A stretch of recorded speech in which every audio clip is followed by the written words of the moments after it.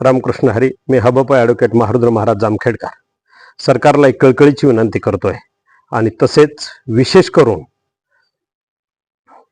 या महाराष्ट्राच्या प्रमुख असलेल्या मंत्री माननीय पंकजाताई मुंडे यांना ही कळकळीची विनंती करतोय की या मराठवाड्यामधील व या बीडमधील असलेली ज्ञानराधा ही बँक यामध्ये 6 लाख लोकांच्या ठेवी अडकलेल्या आहेत.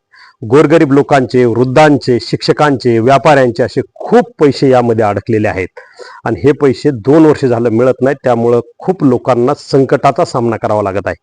काल एका अंबडच्या बोंगाने एक व्यक्तीचा मृत्यू झालेला आहे आणि असे मृत्यू जर घडत असतील तर हे आम्ही उघड्या डोळ्याने पाहू शकत नाहीत.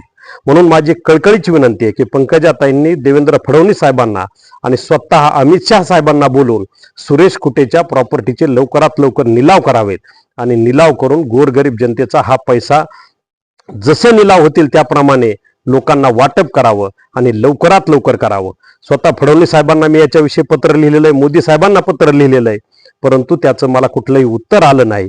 म्हणून माझी कळकळीची विनंती आहे की पंकजाताईंनी यामध्ये लक्ष घालावं. तुम्ही या मराठवाड्यातील, या महाराष्ट्रातील खूप महत्वाच्या मंत्री आहेत आणि आम्हाला तुमच्याकडून अपेक्षा आहे. म्हणून मी या ठिकाणी विनंती करतोय की आपण तात्काळ अमित शाह साहेबांशी बोलावं, फडणवीस साहेबांनी सुद्धा यामध्ये लक्ष घालून बोलावं आणि लवकरात लवकर सुरेश कुटेच्या प्रॉपर्टीचा निलाव करावा.